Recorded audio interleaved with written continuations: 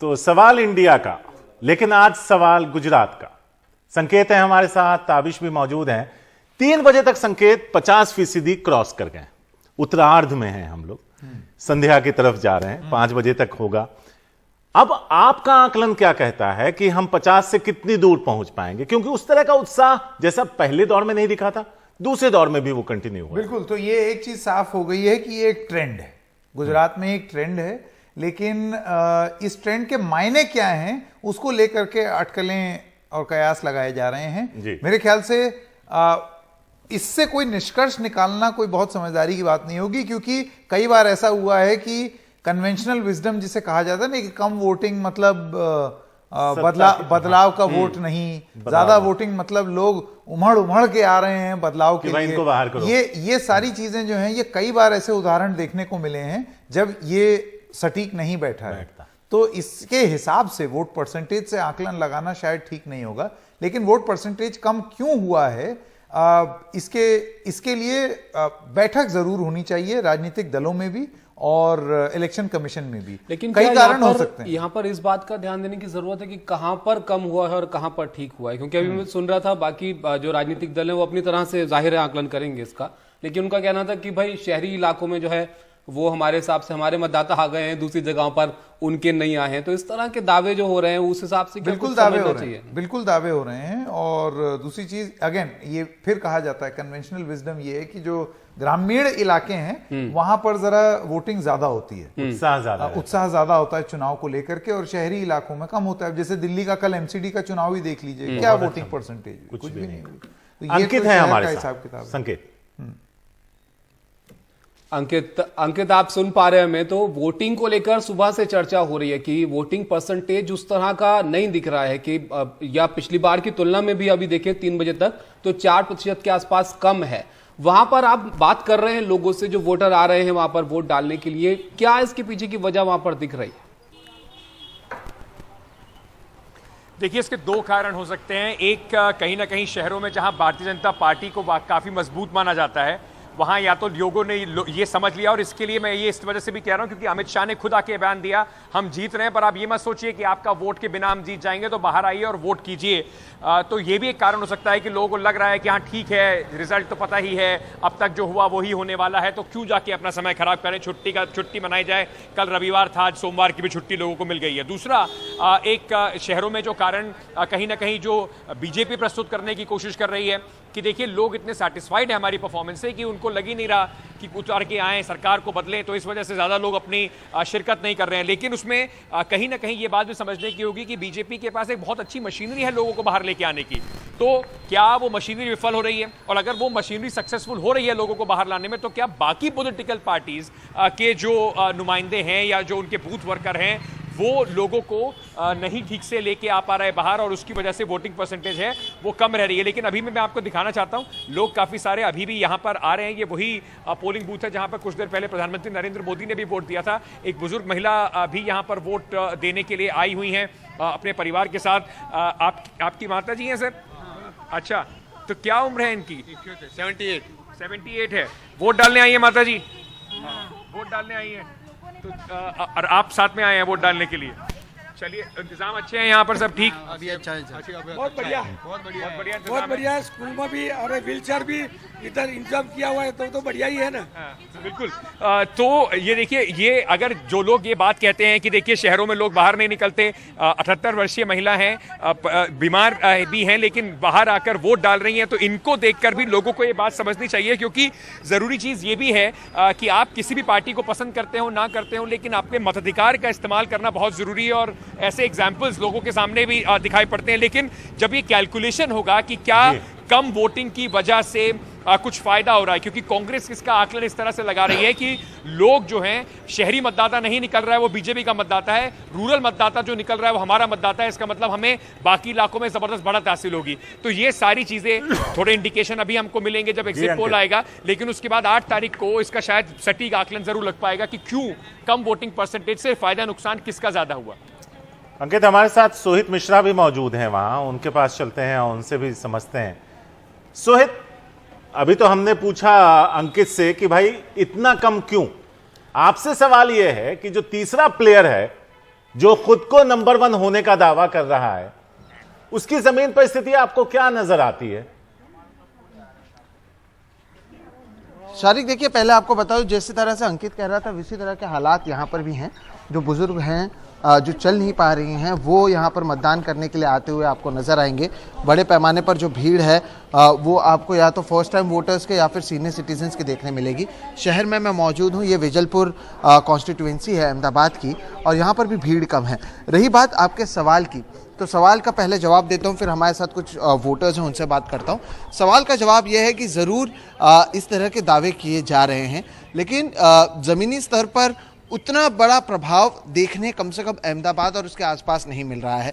तो जो third player है, जो अपने आप को फर्स्ट प्लेयर कह रहा है, कोई भी पार्टी स्वाभाविक तौर पर ये नहीं कहेगी कि वो हार रहे हैं, लेकिन एक तरीके से एक अपने आप को एक ऑप्शन के तौर पर, एक विकल्प के तौर पर दिखाने की तैयारी ज़रूर की जा रही है। मैं आपको एक एग्जांपल दे देता हूँ। ईसुदन गढ़वी जो इनके मुख्यमंत्री के कैंडिडेट हैं, वो जब वोट करने गए थे तब वहाँ पर भी मोदी मोदी के नारे लगे हैं। तो इस तरह के हालात ज़मीनी स्तर पर हैं, ये आज की मैं बात कर रहा हूँ। बहरहाल हमारे साथ फर्स्ट टाइम वोटर्स तो नहीं हैं, लेकिन बहुत सारे ऐसे वोटर्स हैं जो अभी वोट करके आए हैं। हम विजलपुर में मौजूद हैं, इनसे भी समझना चाहेंगे। सर, आप लोग पार्टी का नाम नहीं लीजिएगा, क्या ऐसे मुद्दे हैं जिसको लेकर आप जब आते हैं वोट करने, क्या मुद्दे हैं जिसके बारे में आप सोच कर आते हैं और वोट देते हैं? सबसे पहले तो हम लोग डेवलपमेंट के मुद्दे पे ही ज़्यादातर फोकस करते हैं। नेशनल लेवल पे हो या स्टेट लेवल पे, हम लोग ज़्यादा डेवलपमेंट को ही अहमियत देते हैं, जो अभी हम लोग को क्लियरली दिखाई दे रहा है, जो डेवलपमेंट हो रहा है सभी तो विकास एक मुद्दा है मैम, और ऐसे क्या क्या मुद्दे हैं जिसके ऊपर हाँ, डेफिनेटली ये है, विकास तो है और ये कौमवाद भी है। जिसके ऊपर हम एजुकेटेड लोग थोड़ा फोकस करेंगे ज्यादा। कौमवाद यानी अगर आप बताएं? नहीं ऐसे क्लियर तो मैं नहीं बताऊंगी, बट हम अपने आप को सेफ फील, हिंदू है तो हम अपने आप को सेफ फील करते तो हैं। हिंदुत्व भी एक मुद्दा है, विकास एक दूसरा मुद्दा है, और क्या मुद्दे हैं सर? भारत माता की जय। हमारे लिए वही विकास जो आज तक हमने देखा है पिछले 15 साल से, तो वो एक छवि जो भारत की सुधरी है वर्ल्ड वाइड और इवन इन लोकली, तो वो एक अचीवमेंट है जो डेफिनेटली डिमांड्स कि हमें उनको सपोर्ट करना चाहिए। तो इसके अलावा और कोई मुद्दे मैम जिसे आप जोड़ना नहीं, सेम उन्होंने बोला वैसे ही, डेवलपमेंट इज द मेन। तो विकास तो एक बहुत बड़ा मुद्दा है, हिंदुत्व एक दूसरा मुद्दा है। मैम, आप भी अभी वोट करके आए, कौन से ऐसी चीजें हैं, कौन से ऐसे मुद्दे हैं जिसे लेकर आप वोट करने जा रहे हैं? 1 घंटा और बचा हुआ है वोटिंग का, आप क्या सोच कर गई थी वोट? વિકાસ એ સૌથી અગત્યનો અને મહત્વનો મુદ્દો છે કે વિકાસ. મોદી સરકાર છે તો એ દેખાય એવો વિકાસ કરી રહી છે। ठीक, तो 27 साल से ज़्यादा का समय हो गया हो, लेकिन एक विकास जो मुद्दा है वो शारिक एक बहुत बड़ा मुद्दा है। उसके अलावा हिंदुत्व हो या फिर देश विदेश में जिस तरह से नाम है, वो एक मुद्दे हैं। तो जो तीसरी पार्टी या न्यू एंट्रेंट पार्टी है जो अपने आप को एक विकल्प के तौर पर दिखाने की कोशिश ज़रूर है, लेकिन जब आप लोगों से बात करेंगे तो इनके जो मुद्दे हैं वो अलग हैं। इससे पहले मैं आपको बताऊं, जब मैं दोपहर को गया था, लोगों के और मुद्दे थे कि हमारे यहाँ पर पानी नहीं आता, वो एक मुद्दा है, शिक्षा एक मुद्दा है, महिला सुरक्षा एक मुद्दा है। ऐसे कई सारे मुद्दे हैं जिसके ऊपर वोट दे रहे हैं। 1 घंटे का समय बचा है। शहर में हम हैं। सुबह की जब बात करूं मैं, तो अहमदाबाद के रूरल इलाकों में जब मैं गया था, वहाँ पर भीड़ बहुत देखने मिली, लेकिन शहर आते आते एक बार फिर से यहाँ पर सन्नाटा होता हुआ नजर आ रहा है। जो फर्स्ट टाइम वोटर्स होते हैं वो अधिकांश यहाँ पर बाहर आते हैं या फिर सीनियर सिटीजन्स आते हैं। 1 घंटे का समय बचा है। यहाँ पर आप देखेंगे आमतौर पर जिस तरह से भीड़ होनी चाहिए उतनी भीड़ दिख नहीं रही है। हाँ, जैसे कि मैंने कहा, देखो अभी आपको एक बार फिर से स्क्रीन पर दिख जाएगा, जो बुजुर्ग हैं जिन्हें जो शायद कई सालों से वोट दे रहे हैं, वो इसकी अहमियत समझते हैं, इसलिए वो यहाँ पर पहुंच रहे हैं। गाड़ियों से 3-4 लोग उनकी मदद करके उन्हें निकाल रहे हैं, बाहर ला रहे हैं और वोट दे रहे हैं। तो 1 घंटे का समय बचा है, जिसके बाद जो पोलिंग है वो खत्म हो जाएगा। लेकिन शहरी इलाकों में वोटिंग कम है, उसके कई सारे आप रीजन लोगों से पूछेंगे, अलग अलग मिलेंगे। तो अब ये जमीनी हकीकत शारिक, कम से कम जहां पर मैं मौजूद हूं वहां की है। शुक्रिया सोहित आपका इस सब जानकारी के लिए। तो जैसे कि सोहित बता रहे थे कि शहरी इलाकों में शायद उतना उत्साह नहीं है जितना ग्रामीण इलाकों में यहाँ पर दिख रहा है। हमारे साथ मेहमान भी जुड़ गए हैं, उनके पास चलते हैं। राकेश कपूर हैं, वरिष्ठ पत्रकार हैं आप, रीना गुप्ता आम आदमी पार्टी के प्रवक्ता हैं, और अभय दुबे हमारे साथ जुड़ेंगे कांग्रेस की तरफ से, और रणबीर सिंह पठानिया बीजेपी की तरफ से हमारे साथ जुड़ गए हैं। अभय जी, मैं आपसे यहाँ पर राकेश जी मैं आपसे यहाँ पर शुरुआत करूंगा। उससे पहले हम राजनीतिक दलों की तरफ जाएं। ये बड़ी चर्चा हो गई है कि यहाँ पर इतना उत्साह, जिस तरह का प्रचार हमने देखा, बड़े स्तर पर जो है प्रचार किया गया, चाहे बीजेपी की तरफ से हो, क्योंकि 27 साल से वो हैं, जाहिर है, और बदलाव की बात जो दूसरी पार्टियां कर रही हैं, लेकिन क्या लोगों तक ये मैसेज इस तरह से नहीं पहुंचा? यहाँ उत्साह इतना कम क्यों है आखिर? देखिए शारिक जी, जो भी आपका शुभ नाम है मैं जानता नहीं हूं। जी, दाबिश जी, तो ये बड़ी स्पष्ट बात है कि इन चुनावों में हम ये देखें कि किस पार्टी का एजेंडा चल रहा है। आपको क्या लगता है, किसी पार्टी का एजेंडा चल रहा है क्या? नैरेटिव क्या बना है? तो लोगों का जो उदासीनता है वो इस बात को बताती है कि कोई भी पार्टी किसी दूसरी पार्टी के पिच पर ये चुनाव नहीं खेल रही है, नंबर 1। नंबर 2, जो लोगों की जो उदासीनता है इसको भी हम अतिरेक में ना लें, चूंकि लोकतंत्र में सबसे बड़ा बुद्धिमान, लोकतंत्र का मालिक मतदाता ही होता है, और मतदाता ये जानता है कि मुझे इस समय क्या करना चाहिए।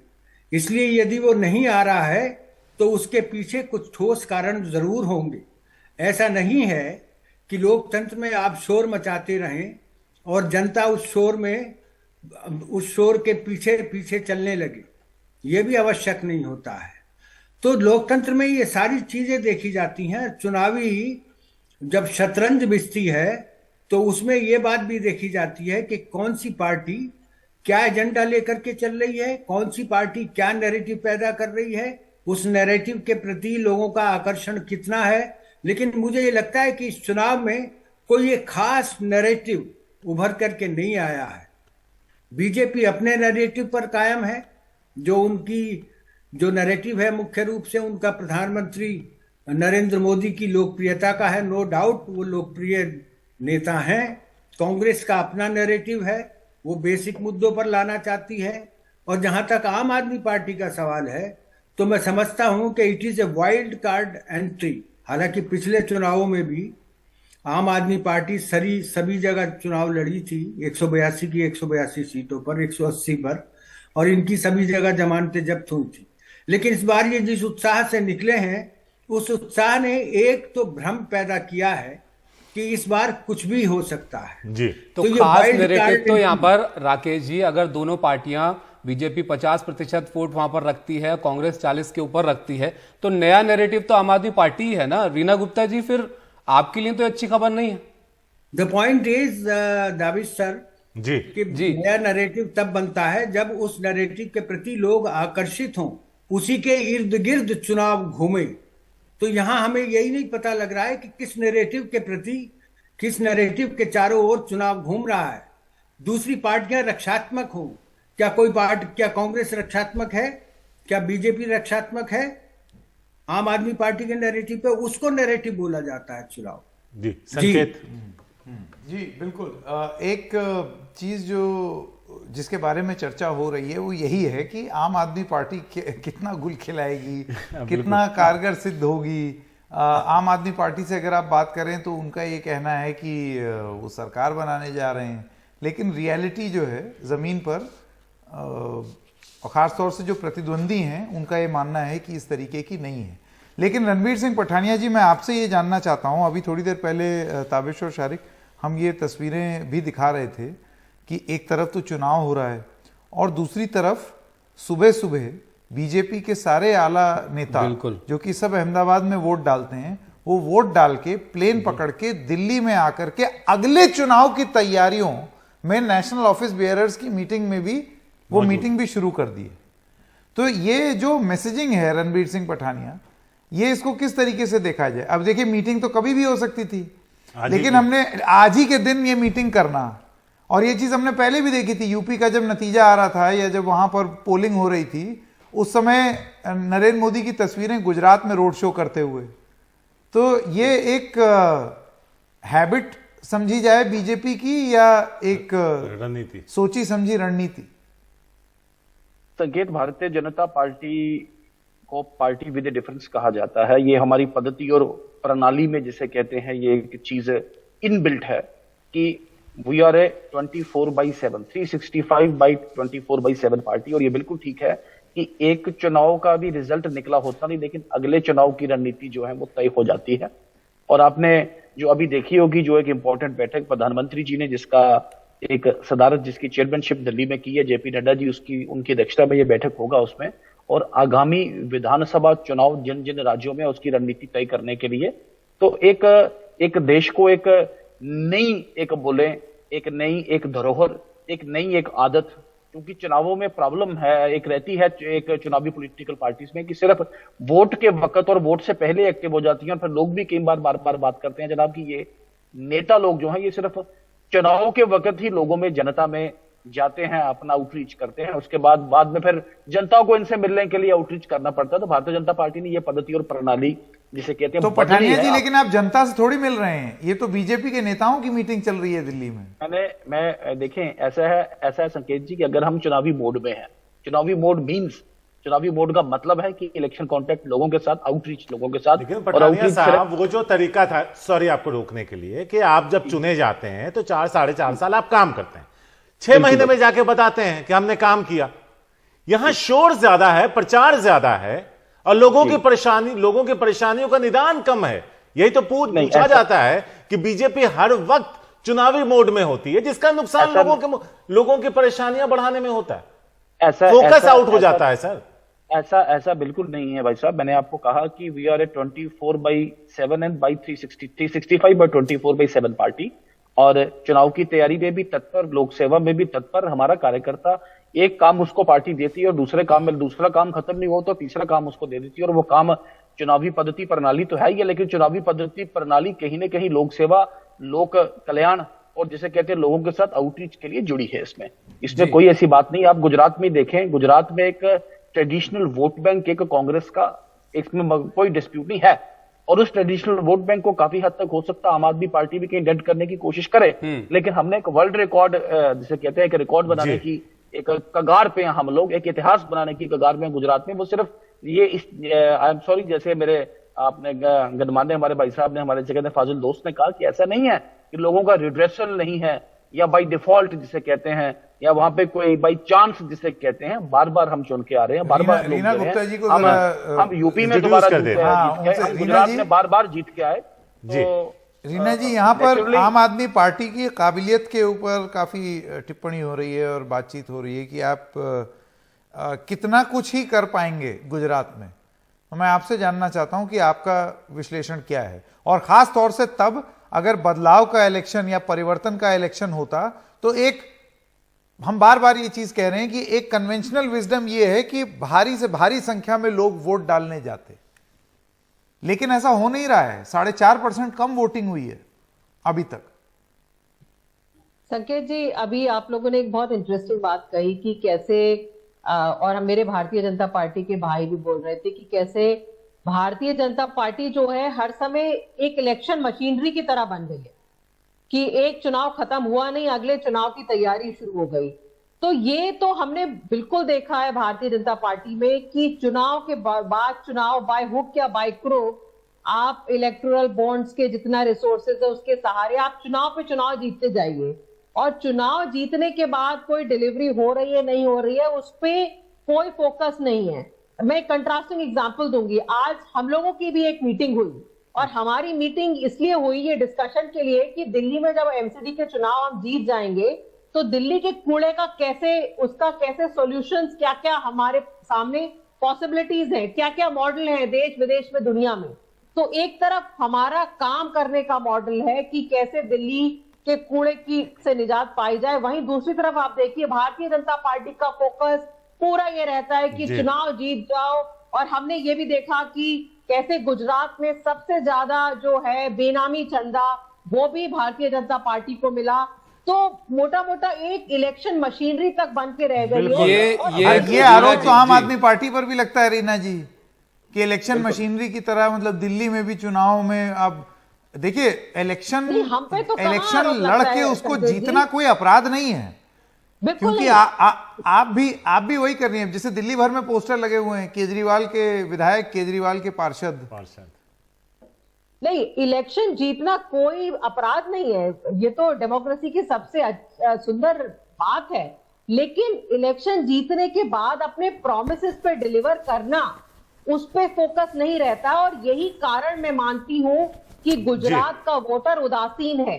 क्योंकि गुजरात के वोटर ने देखा कि पिछले इतने सालों से भारतीय जनता पार्टी जो वादे करती आई, जी, उस वादों पे अब एक सवाल उनसे गीता भट्ट से भी ले लेते हैं। गीता जी, एक आखिरी पॉइंट और बोलना चाहूंगी। अभी मेरे पत्रकार मित्र जो कह रहे थे कि पिछली बार भी हमने गुजरात में सब जगह चुनाव लड़ा था, ऐसा बिल्कुल गलत बोल रहे थे। हमने 29 सीटों पे चुनाव लड़ा था, बहुत छोटे जी, चलिए वो आपका पॉइंट नोट कर। गीता भट्ट है हमारे साथ। गीता जी, अगर देखें तो चुनावों में अब एक परेशानी जो लोगों के लिए, दूसरी पार्टियों के लिए है, वो ये कि चुनाव से चुनावी मुद्दे निकल गए, हट गए।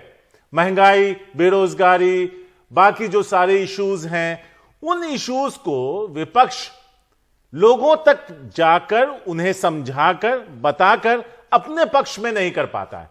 तो ऐसे में जो बीजेपी के सामने मौजूद होता है, उसके लिए चुनौतियां कई गुना बढ़ जाती। देखिए, आज के समय में अगर आप देखें तो वॉइस इको हो रहा है। अगर आप नहीं, आवाज ठीक आ रही है, आप बोलिए। जी, देखिए, जो अगर आप देखिए चुनाव में, मैं समझती हूँ कि जो गुजरात की जनता है वो, जैसे अभी पहले प्रवक्ता कह रही थी आम आदमी पार्टी की, उदासीन नहीं है, बहुत परिपक्व है और समझती है कि ऐसा कौन सा राजनीतिक दल है जो कि आगे आने वाले समय में विकास से जुड़े हुए जितने पहलू हैं उन पर काम कर सकता है।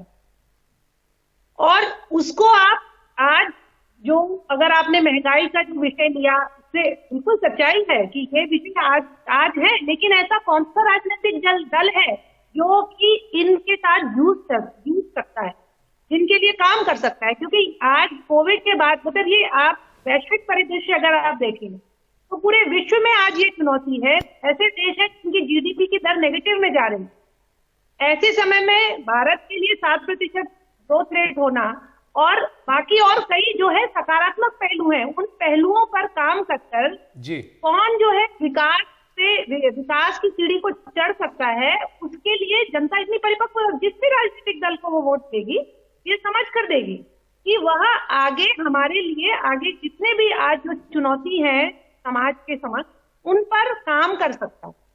तो ये जो जाहिर है जनता देखेगी। लेकिन संकेत, एक बात मैं आपसे इस पर चर्चा करना चाह रहा था, ब्रेक के बाद हम करेंगे, कि दो जो राजनीतिक दल हैं उनका अपना एक वोट बैंक है, उसमें बहुत ज्यादा फर्क नहीं आया पिछले कुछ चुनाव अगर हम देखें तो। इस बार ऐसे क्या मुद्दे हैं जो पिछले बार के चुनावों में नहीं उठाए गए हैं या उठाए गए हैं, तो फिर तब अगर उन पर जनता ने जो है कुछ अपनी राय नहीं दी या कुछ बदलाव लाने की नहीं सोची, तो इस बार क्यों सोचेंगे? तो इस पर भी हम बात करेंगे।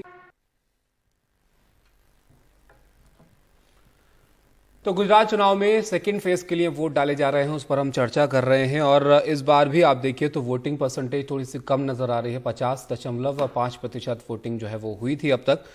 संकेत, ब्रेक से पहले जब मैं आपसे चर्चा कर रहा था कि अब 27 साल का शासन हो चुका है बीजेपी का, तो हर बार आप एंटी इनकम्बेंसी की बात नहीं कर सकते हैं। जो मुद्दे इस बार चर्चा में हैं, जाहिर है पिछले इलेक्शन में बहुत सारे मुद्दे उसमें चर्चा में रहे होंगे, जब पिछली बार उनका असर नहीं दिखा, तो इस बार क्यों जो है उम्मीद की जाए? वो इसलिए क्योंकि देखिए, जब चुनाव की कैंपेनिंग चल रही थी और उससे पहले जब चुनाव का माहौल बनाया जा रहा था या बन रहा था, तो उस समय ये बोला गया कि भाई तब तो 22 साल की अत्ती थी, अब तो 27 साल अत्ती हो गई।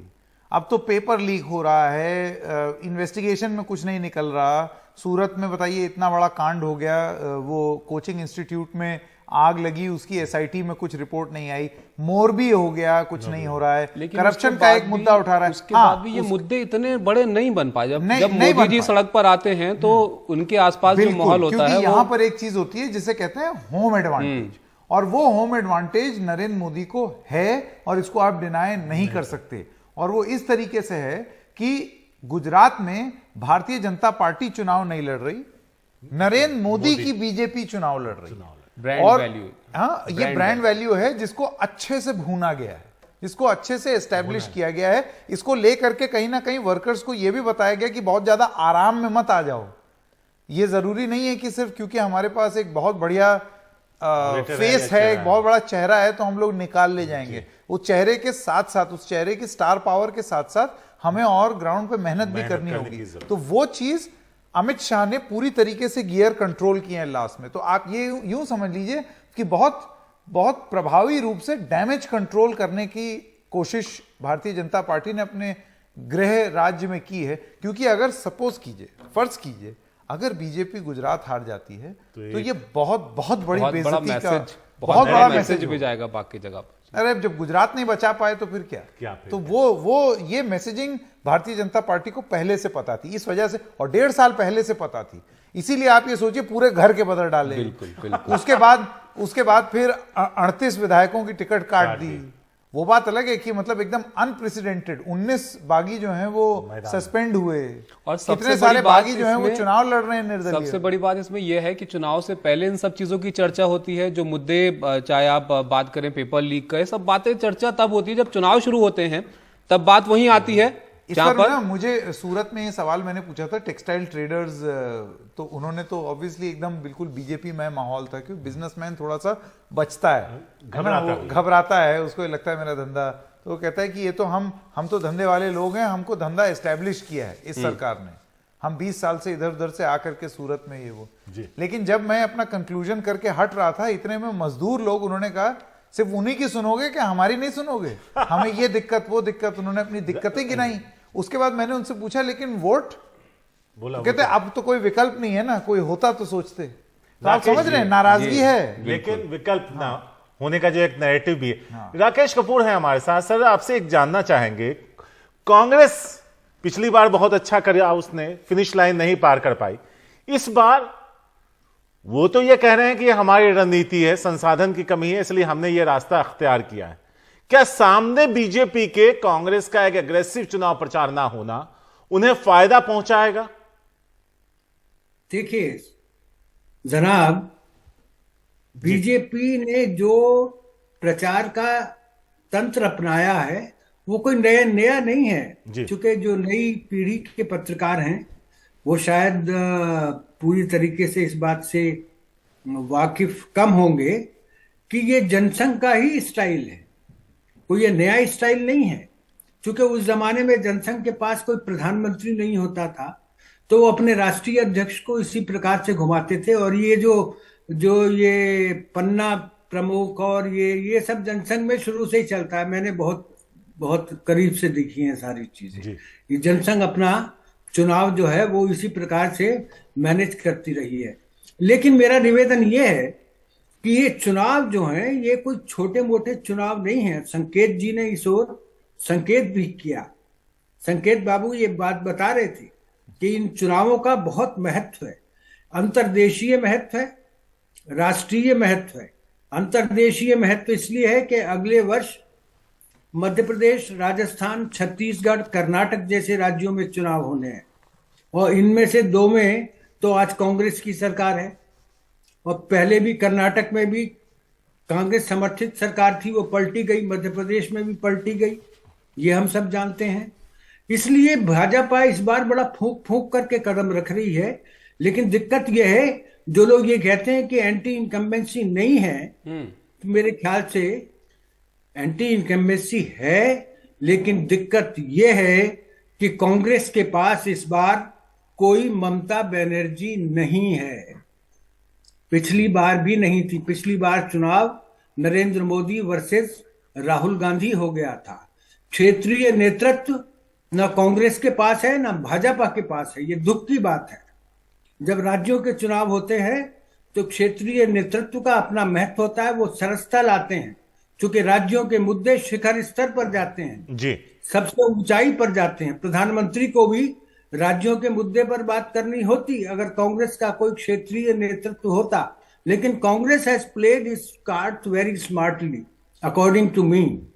मेरी ऐसी राय है। लोग जो कहते हैं, मीडिया जो कहता है कि कांग्रेस दिखाई नहीं पड़ती कहीं, तो कांग्रेस ने इस बार, और इसका अनुसरण किया जाना चाहिए दूसरी पार्टियों द्वारा भी, कांग्रेस इस बार सीधे मतदाताओं के संपर्क में जाने की उसने कोशिश की है और चुनावों को सस्ता भी बनाने की कोशिश की है। ये भी हमें बात ध्यान में रखनी चाहिए। ये जो है ये नया तरीका था, ये एक्सपेरिमेंट था, ये तो नहीं, नतीजे में साफ राकेश जी होगा। बोल रहे हैं ये कितना कारगर सिद्ध होगा ये 8 तारीख को पता चलेगा। क्या वो अगर ये इफेक्टिव हो जाता है तो आप ये समझिए कि कांग्रेस के खुलेगा। रिवाइवल के लिए एक नया रास्ता निकल आएगा। क्या वो मोदी बनाम राहुल गांधी नहीं करना चाहते थे इस चुनाव में? ये भी हो सकता है जी।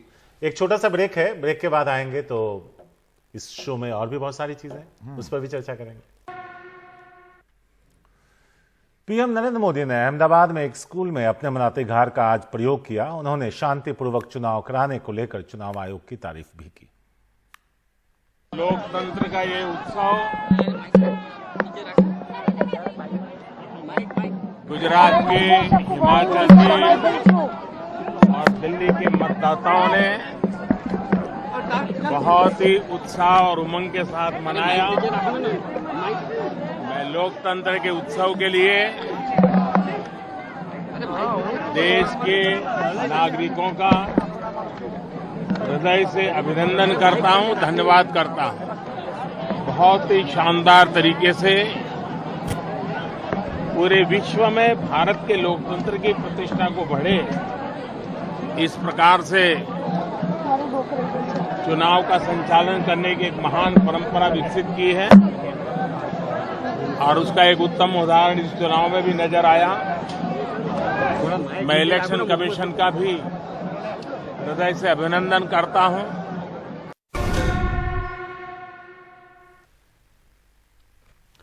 गुजरात के पूर्व मुख्यमंत्री शंकर सिंह वाघेला ने दावा किया कि 27 साल बाद गुजरात में बदलाव होने जा रहा है। क्या और कुछ उन्होंने और कहा, आपको सुनाता है।